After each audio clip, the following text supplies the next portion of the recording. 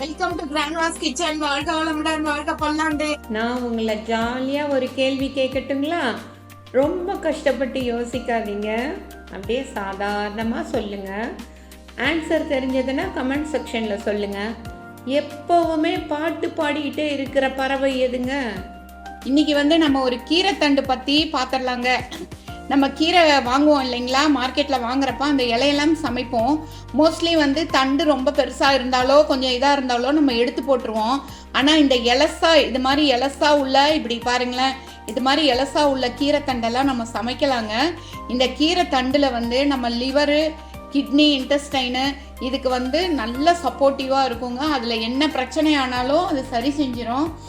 அப்புறம் இதை எப்படி சமைக்கிறதுன்னு சொல்லிட்டு நான் காமிக்கிறேங்க உங்களுக்கு. இது சமைக்கிறப்ப இதோட வேறு பயன்களையும் நான் உங்களுக்கு சொல்கிறேன். பச்சடி செய்கிறதுக்கு ஒரு அரவை நம்ம அரைச்சிக்கலாங்க, பேஸ்டாட்டம் அரைச்சிக்கலாம். இதுக்கு தேங்காய் தேவைப்படுதுங்க.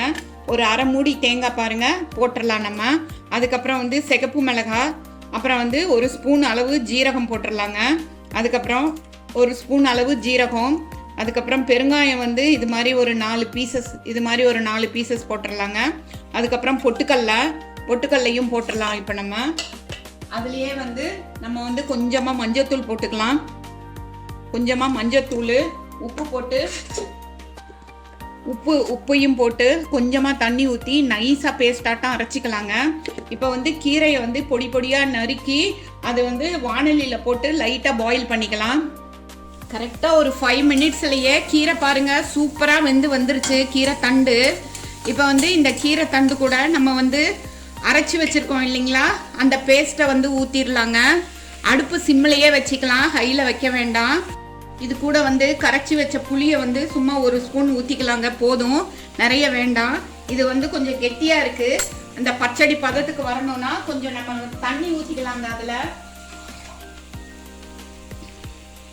மிக்ஸி ஜாரில் கொஞ்சம் ஒட்டிட்டு இருக்கும் இல்லைங்களா, அதெல்லாம் சேர்த்து கழுவின மாதிரி தண்ணியை கொஞ்சம் ஊற்றிடலாங்க. ஊற்றி விட்டுட்டு தேங்காய் போட்டாச்சு இல்லைங்களா, அதனால் ரொம்ப நேரம் நம்ம கொதிக்க விடக்கூடாது. தேங்காய் ரொம்ப நேரம் அடுப்பில் கொதிச்சதுன்னா அதோட தன்மையெல்லாம் மாறி போயிடுங்க. அதனால் ரொம்ப நேரம் நம்ம கொதிக்க விடக்கூடாது.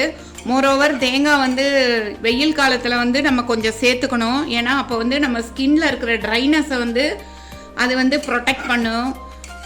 அதுக்கப்புறம் நம்ம ஸ்கின்னுக்கு நல்லா ஷைனிங்கும் கொடுக்கும். அதனால் மோஸ்ட்லி ஏதாவது சமையல் பண்ணிங்கன்னா அது அதில் கொஞ்சம் தேங்காயை சேர்த்துக்கலாங்க. இப்போ பாருங்கள் நல்லா சூப்பரான கன்சிஸ்டன்சியில் இந்த பச்சடி ரெடி ஆயிடுச்சு. இதை லைட்டாக ஒரு கொதி வர்ற வரைக்கும் விடலாம். இந்த பச்சடி கொதிக்கிறதுக்கு முன்னாடி கொஞ்சமாக ஒரு சிறு துண்டு வெல்லம் நான் சேர்த்துருக்கேன்.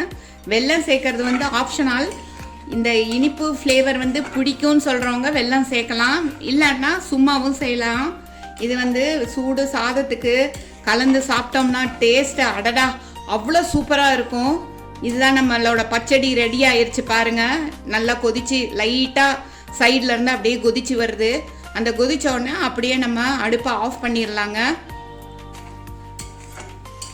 பாருங்கள் சூப்பராக ரெடி ஆயிடுச்சு. இப்போ நம்ம அடுப்பை ஆஃப் பண்ணிடலாம். நம்மளோட பச்சடி ரொம்ப ஃபர்ஸ்ட் கிளாஸாக ரெடி ஆகி வந்துருச்சுங்க. கலர்ஃபுல்லாக இருக்குது கீரைத்தண்டு பச்சடி. இதை நம்ம இப்போ ஒரு சர்விங் பவலுக்கு மாற்றிடலாங்க. சுவையான சூடான ஒரு கீரைத்தண்டு பச்சடி நம்மளுக்கு சூப்பராக ரெடி ஆயிடுச்சுங்க. தேங்க்ஸ் ஃபார் வாட்சிங் அவர் கிராண்ட்மாஸ் கிச்சன். வாழ்க வளமுடன், வாழ்க பல்லாண்டு. பாருங்கள், எல்லாரும் பார்த்து என்ஜாய் பண்ணுங்கள். சப்ஸ்கிரைப் பண்ணுங்கள், ஷேர் பண்ணுங்கள், லைக் பண்ணுங்கள். தேங்க்யூ.